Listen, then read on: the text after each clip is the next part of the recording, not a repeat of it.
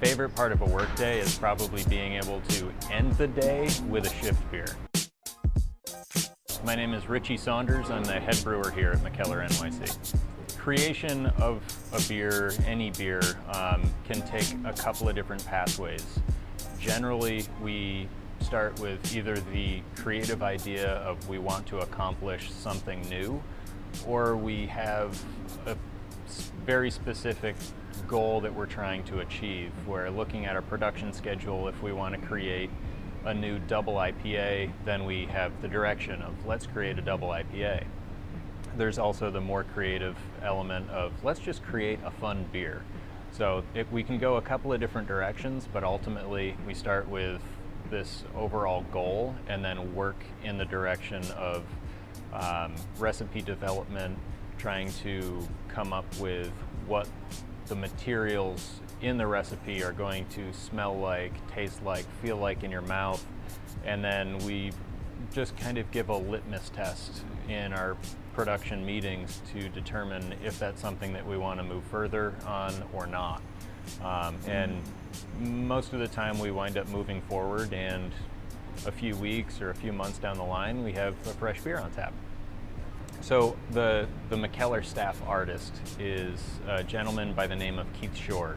He lives right outside of Philadelphia, Pennsylvania, and as anyone who's seen his work knows, he's extremely talented and has a very unique style. It's amazing artwork, and I will say that 9 times out of 10, if not more than that, the beer comes before the art.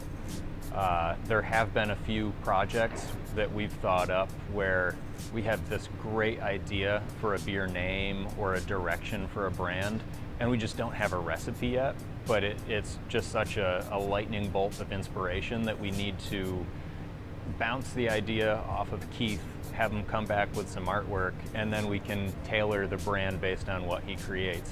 His artwork is amazing. You know, the beers that we have on tap right now are a great selection of what we've produced in the few months that we have been brewing. You know, we've been brewing for 8 months at this point. And you know, we had a focus on making sure that we really had a great selection of beers.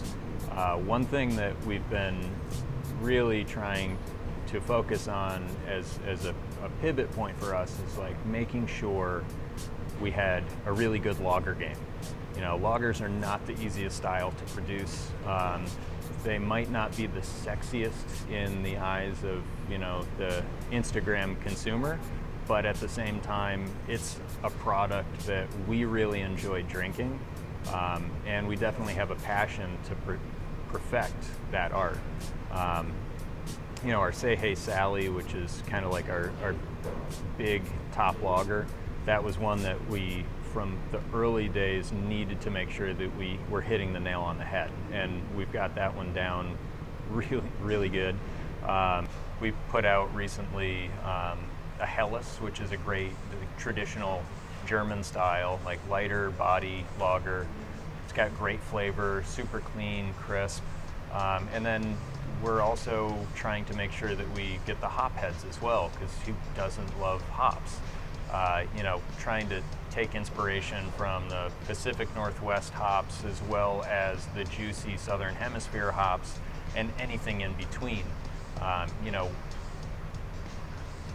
there's definitely a shift in market perception where 10 years ago every beer was clear. If there was a cloudy beer, there was something wrong with it, where now we see hazy IPAs as being a big thing.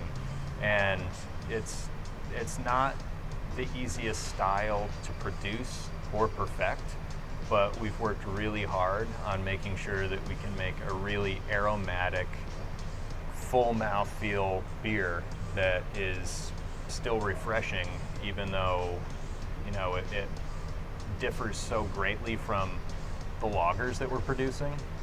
We're still putting just as much effort into making sure that we're perfecting those brands. Our Henry hops is kind of an easy walk in as a IPA in that category, and then beers like bumping this thread and a couple of collabs that we've produced with friends upstate. Filthy Flow was a great beer that we put out early on in this company, and we're really trying to hit the umbrella of styles without avoiding any preference from consumer or just saying that we don't want to produce a certain style of beer. So from the nice wide open space of the tap room, we come to a more congested production area, but ultimately the reasoning for that is we wanted to make a lot of beer in a very small space. So right over here we actually have the brew house, as it's known officially. It's what we consider the hot side of brewing production. So here is where any heat is used in the process. Or actually, let's head up and then we can talk about that in real time. So we're actually in process right now, so things are a little disheveled and a little dirty. But we have a 3-vessel brew house. We have our mash mixer on the far right, lauter tun on the left, and then right in the middle here is our boil kettle. And in these 3 vessels, we will take grain out of our grist case up here. It will run through a hydrator, which is located towards the back of the vessel, and then the dry grain and the water will mix and create our mash, which is why this is called a mash mixer. And the goal inside of this vessel is to take the starches that are in the grain and naturally have enzymes convert the starches into different types of sugars.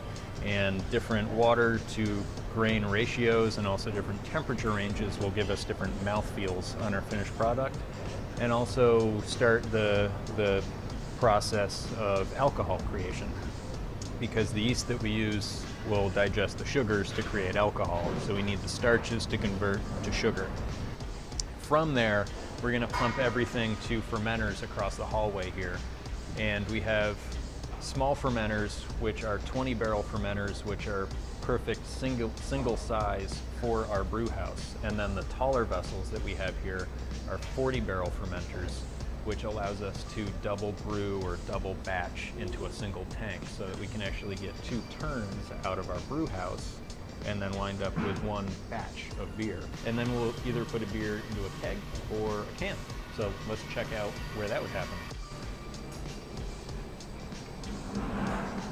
So as you can see walking through, there's not a ton of free space in this area. So our canning line, when we're not canning, sometimes winds up being a storage facility for our raw materials for the next few brews.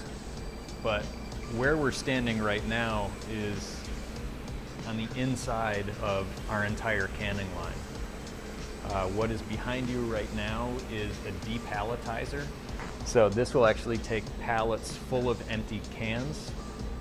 There's a lift inside that depalletizer cage, which is going to push all of the cans up, and then an arm that pushes the cans over to the conveyor that's right here. The conveyor will drag everything down to the twist rinse, so named because it will twist the cans, and then inside of this stainless steel box, it will rinse the cans. All that it's doing is inverting the can, spraying water up inside to blow out any dust that's in there, and then reverting the can and allowing it to go into the fill station. The fill station is really amusing because there's these clear lines here, which is going to blow CO2 into the cans. Atmospheric air, oxygen, is actually really bad for beer. So we purge the cans with CO2 as being a neutral gas for beer, and actually something that's in beer. That is what carbonation is. So we'll purge the oxygen with CO2, and then the next step, these 4 cans that were just purged are going to go into the fill heads, and those are going to get filled through these tubes, which are connected to our product tanks. After that, the cans are going to get their lids right at the lid dropper and go into the seamer. And commercially produced cans actually go through 2 seamer functions, where there's 2 rollers. One will start the seam of the can, and then the second polishes it, just so that you essentially have a hermetically sealed device. It's a great storage vessel for beer.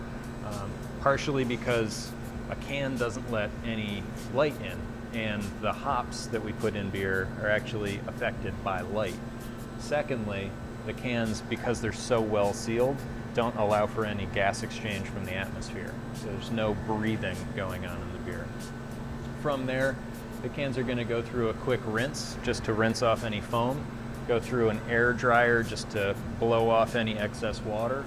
We'll throw a date code on the bottom of the can just so that everyone in the market knows exactly when the beer was produced.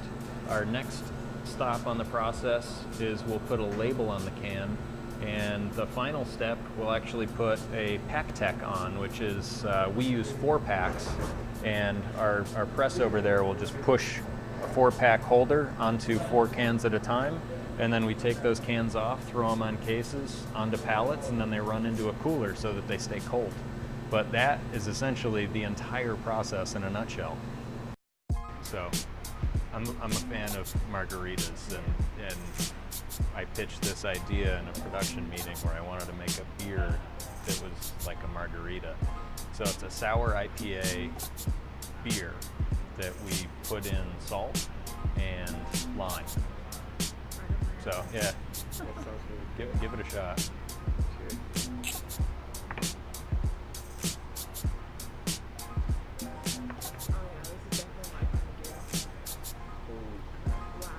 Even like